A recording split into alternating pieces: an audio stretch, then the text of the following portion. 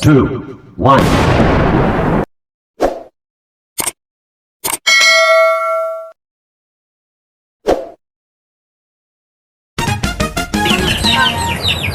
Hello mga katitik! Ayan, kasama ko ngayon si Hi ka muna. Hi! Subscribe!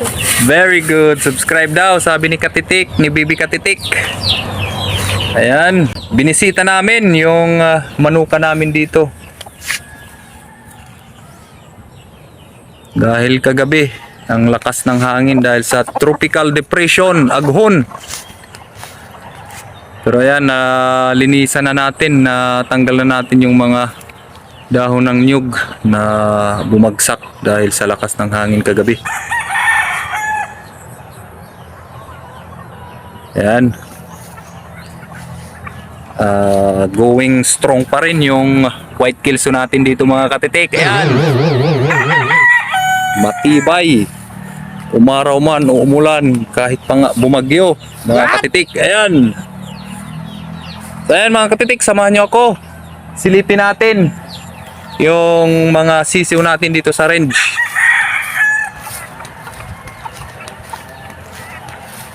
Meron tayo ditong isang white kelso, ayan. Lumabas na. At ito pa mga katitik, isang pasaway rin.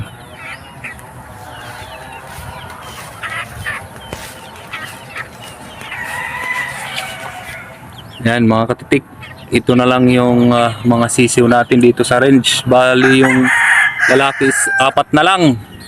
Ay, hindi, 5 yung mga lalaki dito. Isa, ayan, 3, tapos yung isa doon is pang 5. 5 piraso na lang mga katitik. Na lang yung palalakihin natin.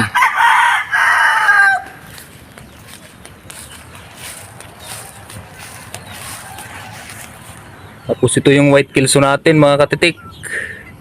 Napilayan. Sumabit yung tali. Kaya napilayan siya mga katitik. Ayan. Iwan ko kung makaka-recover pa yan. Kung hindi, wala tayong magagawa. Reject na yan. Meron tayong isang white kelso dito mga katitik. Ayan. Tapos ito. Ayan. Dito naman sa kabila, ano na lang, mga babae na ito mga katitik. Kadalasan mga babae na. Ano na lang yung natitira.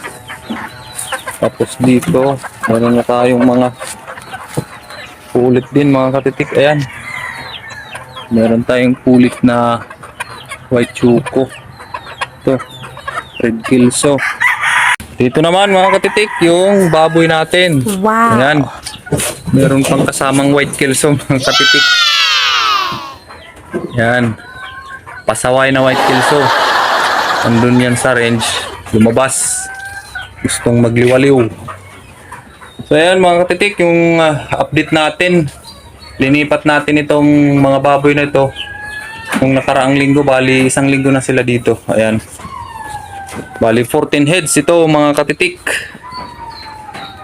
Ayan. Medyo lumaki-laki na sila sa 1 linggong dumaan.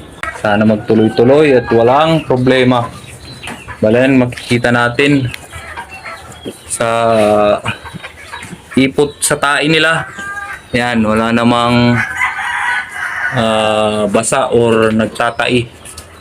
Bali sa ikot na. So, sasabi natin na walang problema sila ngayon. So, ayan mga katitik. Ito yung 14 heads natin. Bali, 1 linggo na sila dito. Mula nung iwalay.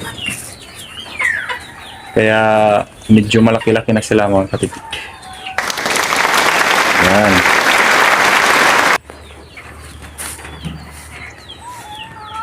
So ayan, bali ito yung panahon dito. Umaaraw ngayon mga katitik. Pagkatapos dumaan ni Aghon, ayan yung weather natin dito. umaaraw, pero may mga porsyon na makulimlim. Nandito naman si Bibi Katitik. Ito yung bantay ko dito sa farm. Ayan, no? Meron pang daladalang long arm. Bibi Katitik! Hi ka muna sa mga follower at subscriber natin. Yan. Ito yung farm body ko, mga katitik. Si Bibi Katitik. Yan, white choco. Yan, meron din tayong white choco dito sa mga interested na gustong mag-abil. Yan. Maganda naman yung panahon ngayon dito. Maaraw.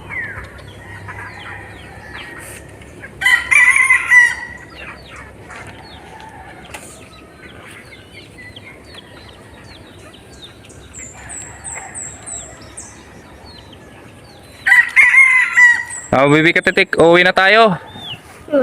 Tara. Sabi ni Bibi Katitik, uwi na raw tayo.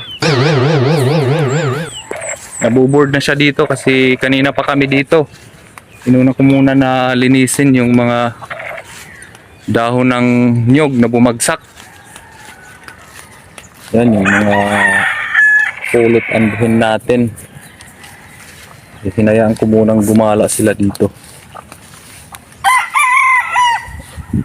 Yan, isang white kills natin.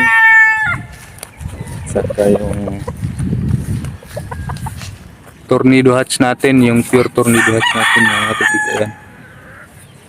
Bali gagamitin natin yan na pang material para meron tayong lahing tornado hatch dito. Yan yung mga i-cross natin sa ating mga sweater, Boston roundhead. Pwede rin sa white kilso para mas malagyan pa ng diin yung palo ng mga beast blood natin dito sa farm. Yan, ito yung isa nating strip comb. Sweater Boston yan, mga katitik.